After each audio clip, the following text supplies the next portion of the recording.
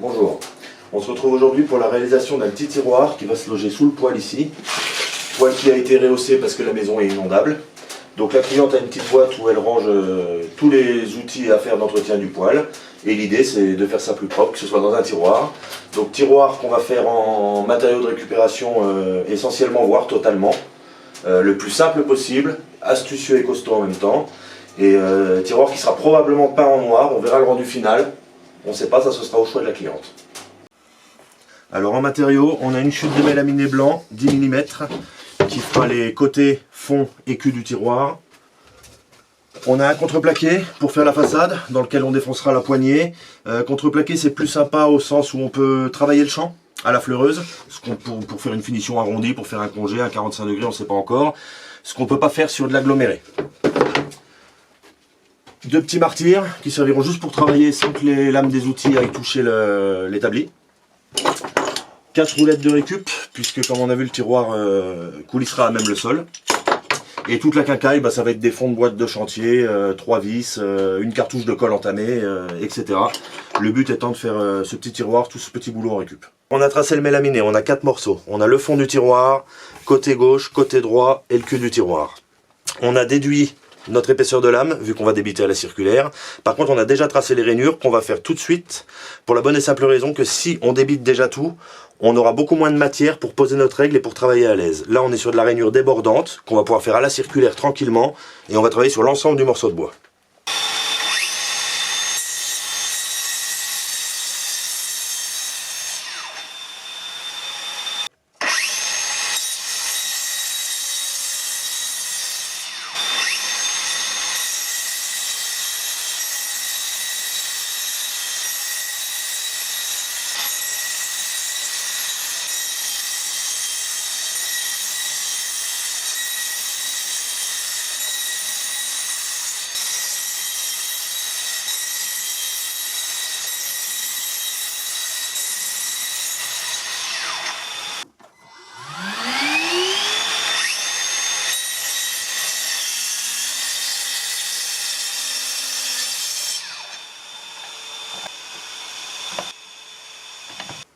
Bon, voilà comment ça sort brut de circulaire, donc le fond sur lequel il n'y a aucune découpe, qui ira dans ces 3 rainures là, les côtés et le fond du tiroir. Hop, on voit que ça sort quand même assez propre pour du brut de circulaire, si on prend le temps de régler ses outils et puis de tracer correctement, c'est quand même, pour des petits travaux comme ça, c'est bien suffisant. Donc on va passer à la façade.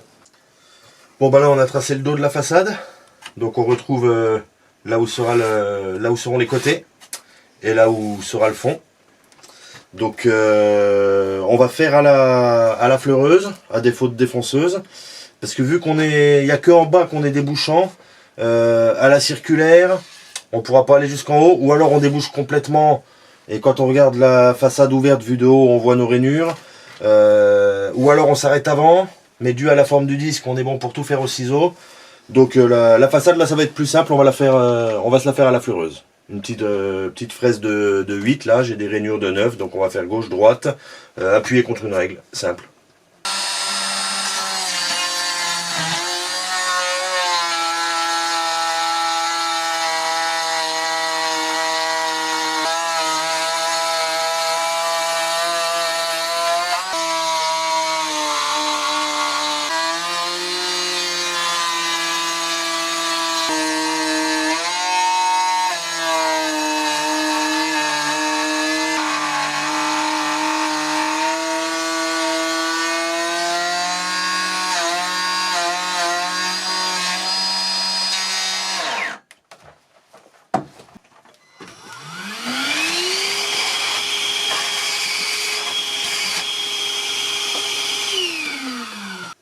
Bon ça sort pas trop mal, on voit encore un peu les traits, mais bon, je préfère ça qu'en enlever trop.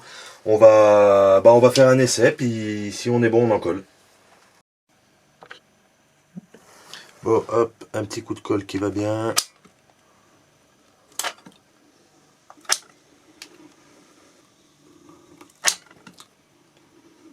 Hop, et le fond qu'on a débité, qu'on a recoupé de long pour qu'il passe entre deux, qu'on voit pas les champs quand on regarde par les côtés. Bon, on dessert, c'est collé. On a mis une entretoise à l'intérieur avec une chute aux dimensions pour conserver l'équerre autant que possible. Hop, donc voilà notre affaire. On a laissé volontairement sur les côtés un petit peu dépassés pour venir visser nos roulettes qui seront cachées, qui seront à l'intérieur. Et on a un petit jeu par rapport au sol d'1 centimètre environ. Voilà. Donc on va aller prendre sur place et s'occuper des finitions de la façade. On va mettre nos roulettes, on a trouvé 3 vis qui traînaient. Assez petites pour ne pas dépasser.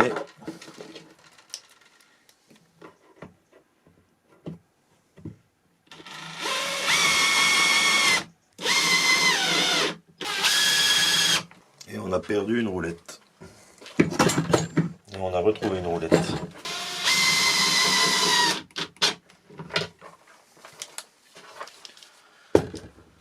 Hop, ce que j'ai oublié de filmer que je vous ai pas dit, c'est qu'avec nos rainures, donc on a solutionné la plupart des fixations. Restait une chose, c'est ces arêtes là. Donc on a percé à 4 mm, on a retaillé des chevilles de 6 en chevilles de 4. Donc je sais pas si vous connaissez l'astuce, on prend un morceau de fer, on perce avec une mèche ferraille, on laisse le morfil derrière, donc en 4 mm. On met la cheville de 6 dessus, on la rentre doucement au marteau, le morfil réouvre la cheville et on sort avec des chevilles de 4. Vous pouvez faire ça pour à peu près n'importe quelle taille en faisant des passes de pas plus de 2 mm à chaque fois. 1 mm c'est même mieux et plus précis. Donc voilà, on a remis un coup de colle, on a enfoncé les deux chevilles et voilà, on a solidifié la dernière partie du tiroir qui était encore, qui n'avait pas été prise dans la colle de la veille. Bon bah la poignée, on part sur quelque chose de très simple.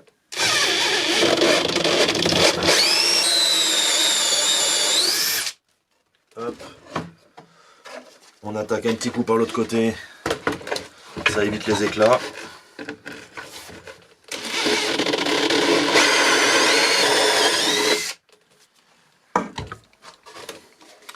Hop. On relie les deux percements.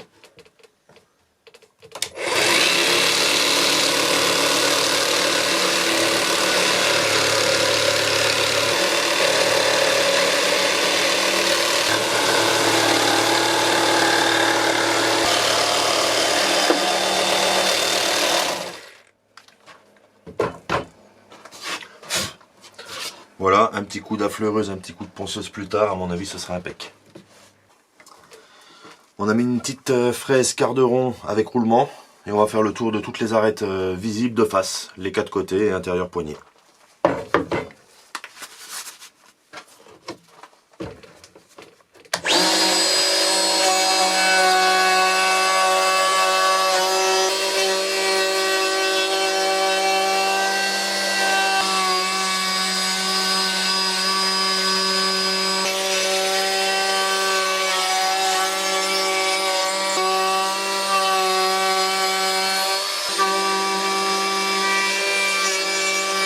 On va mettre un petit coup de papier de verre, 2-3 accros de la fraise.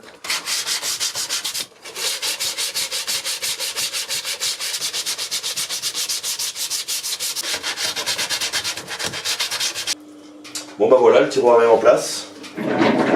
Hop, nos petits outils dedans, qui seront arrangés certainement autrement et peut-être même plus de choses.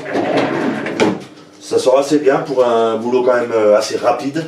On a la façade qui arrive bien à fleur de la plaque métallique. On a les oreilles là qui viennent couvrir un petit peu les boisseaux, donc ça sort assez propre. C'est un travail assez simple, je pense que tout le monde est capable de faire chez lui. Alors certes, moi je suis très équipé, mais c'est aussi mon métier. Je pense que vous pouvez réaliser typiquement des petits jobs comme ça, avec pas grand chose, un peu de précision, un petit peu de temps. Et ça pourrait très bien faire un tiroir sous lit, un tiroir sous canapé.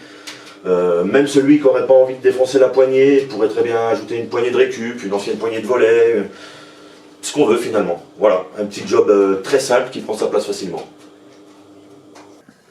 Bon alors conclusion, et juste avant, petit tour rapide sur les outils qu'on a utilisés pour cette vidéo. Alors oui, c'est tout du Bosch, c'était un peu une façon à moi de me faire plaisir, c'est mes outils dans ce moment, je touche absolument rien pour cette vidéo, c'est juste réellement mes outils. Donc la circulaire, la 18 volts que je vous ai présenté dans la vidéo précédente, je vais vous mettre un petit lien parce que je sais pas faire ça puis machin là. Une affleureuse en 12 volts, très bien, moi j'en suis content, ça fera jamais le boulot d'une défonceuse mais ça va très très bien. Petite scie sauteuse en 12 volts aussi, Moi là-bas je suis couvreur charpentier, j'utilise beaucoup sur le toit, sur l'échafaudage, au cul du camion, c'est vraiment très bien. Très bien pour du 12 volts. Et un petit combo visseuse perceuse en 18 volts aussi. Voilà. Important, une grosse volée de serre-joint. Des serre-joints il n'y en a jamais assez. Pensez bien à les mettre à portée de main quand vous attaquez votre collage. Nous c'était pas une colle rapide, mais en cas de colle rapide on s'est tous fait avoir à aller chercher les serre-joints à l'autre bout du chantier, et puis quand on arrive on peut plus travailler.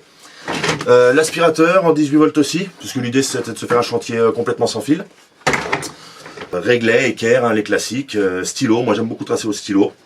D'ailleurs si ça vous intéresse, je vous ferai une petite vidéo très rapide sur la précision, sur les mètres ruban, mètres à branche, règles, quel type de stylo, dans quelles circonstances, plein de petites astuces que j'ai appris par ma carrière et puis par mes aînés.